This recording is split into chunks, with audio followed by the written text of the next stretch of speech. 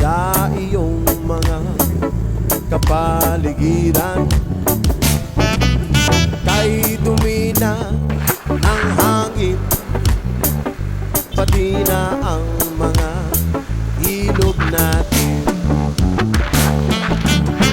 Hindi na masama ang pagpunta at malayo-layo na rin ang ating narating. Ngunit masdan mo ang tubig sa dagat, dati kulay asin, ngayon'y naging itim. Ang mga tubig ating kinalat sa hangin, sa langit, wag na nating paabutin. Kung tayo'y pumanaw man sa riwang hangin, sa langit natin matitikman. Mayroon lang akong hinihiling sa aking pagpanaw, sana ay nagulan. Gitara ko ay aking dadalhin upang sa ulap na lang tayo magkantahan.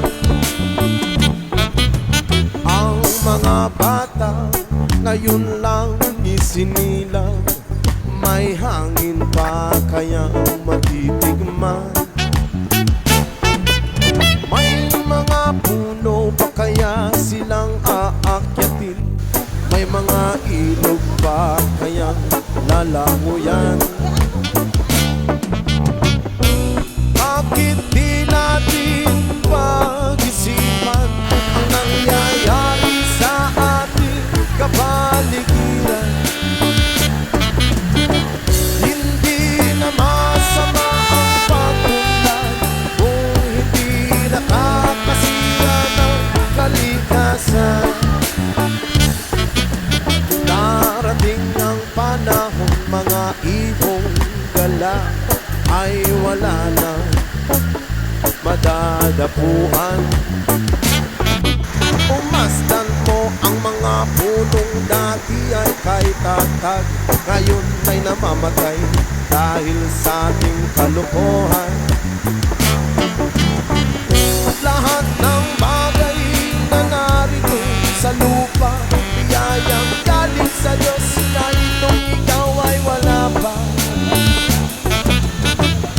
Ingatan natin at huwag nang sirain pa, kapag kanyang binawi tayo'y mawawala na. Meron lang akong hinihiling sa aking pagpanaw, sana'y tago lang. Gitara ko ay aking dadalhin upang sa ulap na lang